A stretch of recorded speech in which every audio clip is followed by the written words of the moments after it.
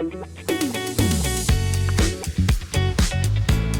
to Synergize. I'm Bill Capel, Director of Client Growth at Trade PMR by Robinhood.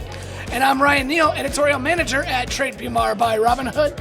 And welcome to our Synergy Summer Series. We're taping these from the conference floor at Synergy 26 in Washington, D.C. That's right, Ryan. We're live here in Washington, D.C. And all summer long, we're going to be sharing plenty of insights and actionable ideas that you can use to build your business. So let's get into the episode.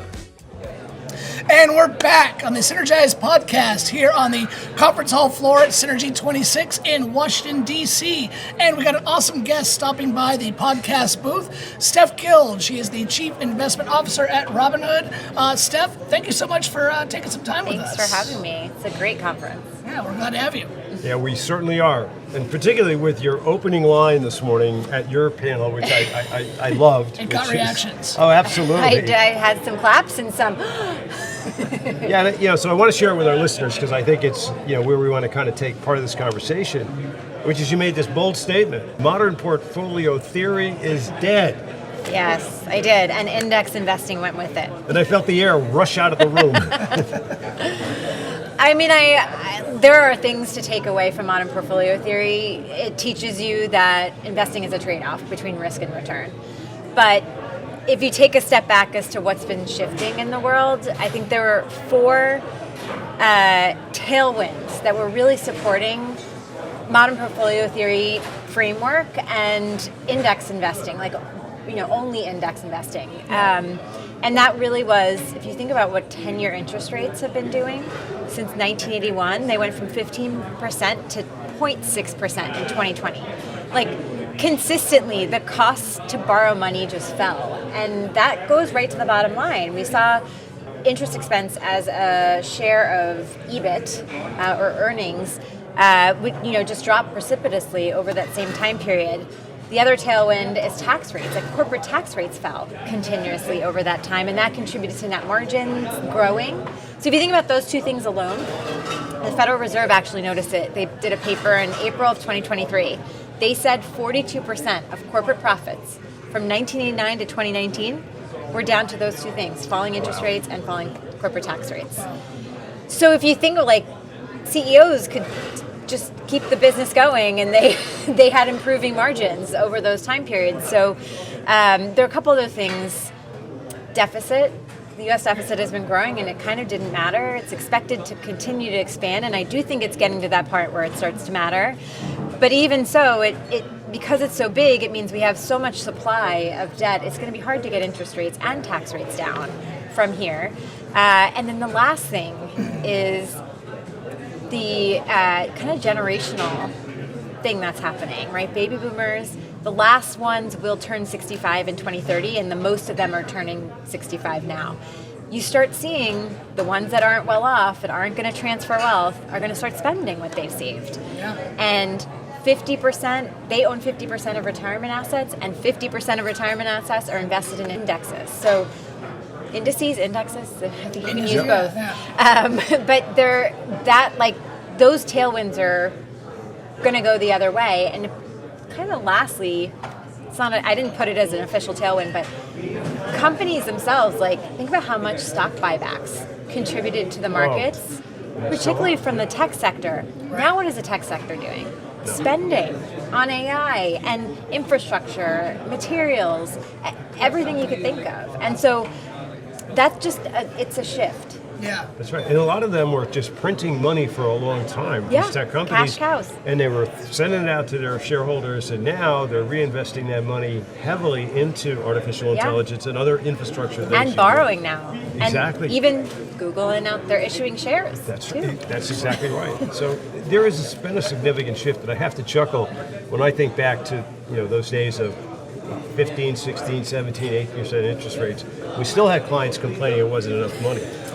And now we go the other way, and everybody wants a 1% mortgage again, and everybody thinks the mortgage rates are high. In retrospect, they're actually very low. I know. I used to love going to my, I had the savings passbook as a kid, and I used to love going and having them updated because I got 10+% interest rates on my savings account. Yeah. So obviously, no investment advice being given here, but for a rookie investor like me who doesn't know much about this, I'm a journalist, not a finance professional by any means. How is this changing the playbook? What does this mean going forward for investors or for advisors?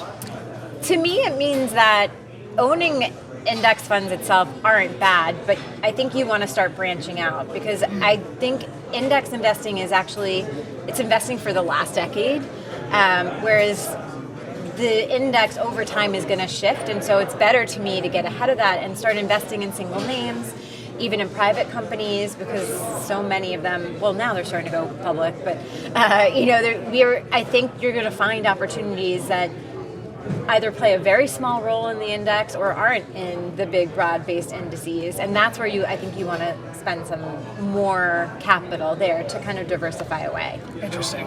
And are we starting to see that at Robinhood? Are customers starting to act like that and go that route? I think that's the other thing is our customers at Robinhood have been acting like that. Gotcha. It's the participation in direct stock ownership has been on the rise, and I think you'll see it, as long as the markets are okay, continue to go that way. Most of our customers only use ETFs to buy on a big dip. If there's a big dip, they use that. Otherwise, they are playing the themes and the stock stories, and I think that's where you kind of need to add to thematic single stock baskets. And with the cycle so short today, you're seeing some enormous shifts, and a lot of investors at Robinhood have actually done pretty well creating some unusual wealth for themselves. Yeah. I know that you run strategies for Robinhood Asset Management.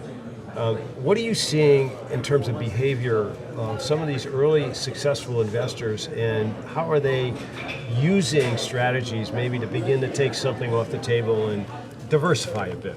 Yeah, I think you see them kind of splitting their money between playing it themselves. It kind of depends on the person, really. Right.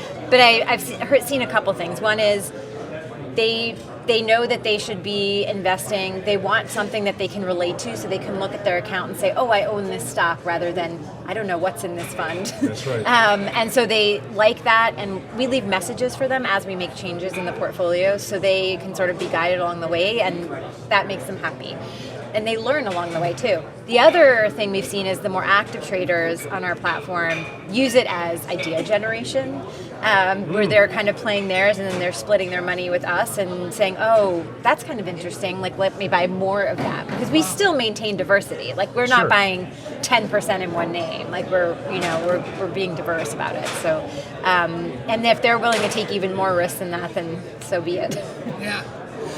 So one thing I'm curious about is looking forward, maybe if you put your goggles on for next year, what's something you think will dominate that conversation next year when it comes to investing and themes? Let me see. Well, I don't know if this is a good next year one, just Okay. because, but I do think the supply issue around raw materials is known, but not really fully understood in terms of the repercussions that it has.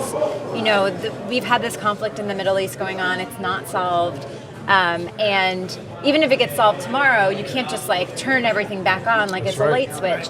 And it's been, an issue for a while, and consumption is going up, not down. So I do think there's this kind of lack of care for what that actually means. And so we've kind of been using materials and energy exposures almost the hedge in our portfolios versus what bonds maybe used to be. And I do think you're going to have a period maybe next year or maybe it's sometime this year where, everyone's worried about this being a bubble. I don't think it's a bubble, but it can happen that things just get temporarily over their skis, and then you get a pullback, and those are times to take advantage of it. So those are the two things on my radar. Okay, I'm kind of always wanting to take a couple chips off the table just in case, the song, the DJ stops playing the music for a little bit of time. Yep. So That's good. Let me throw one more question Sure. in here. Your role as the head of Robinhood Asset Management, Chief Investment Officer, just expanded a bit with the introduction of the Robinhood Advisor Network, which is actually a product and service coming out of what we refer to as RAM, Robinhood Asset Management. Yeah. As a leader of that group, share with our listeners how you see this unfolding, and obviously acknowledging that there is an opportunity for some of our clients today and into the future needing advice from an advisor, a role both of us have played in the past. Both of us have played in the past. I think it's really exciting to be able to deliver this. We're in kind of charge of the more client part of it, obviously, and so I feel very protective of our client base and making sure we have great, tenured advisors on the platform, because we are handing them our children, our babies, in a way. And so we do the due diligence and make sure that these are people who will take care of our customers. And our customers, I think what's great about it is that they're used to being able to kind of scroll through things and make some decisions and not feel like they have a lot of commitment at first, which I think this does that. And it allows the customer to directly decide rather than having a lot of frictional steps in between. And the more that we can add, I think the more we can connect this bridge, especially because our customer base is getting a bit older. Although we have young people as well, but the average age has been rising. The average wealth has certainly been rising. And so I think that's where the more wealth, the busier you get, the more you need someone to help guide you. And that's why I'm very excited to be able to have that connection. Great. Thank you. Great. Well, Steph, one thing we do on the podcast as we wrap up is we like to leave our listeners with a piece of actual advice or actual information they could take back with them. Yeah. So for those that couldn't make the conference this year, what's one thing from your presentation that you'd like them to know? I would say at the highest level that you need to start thematic investing beyond just the broad-based index funds, because I think you're going to leave opportunity on the table. So make sure you start kind of thinking about that for your client base. Great. All right, well, thank you for stopping by the podcast booth. We appreciate having you. Thank you. Thank you.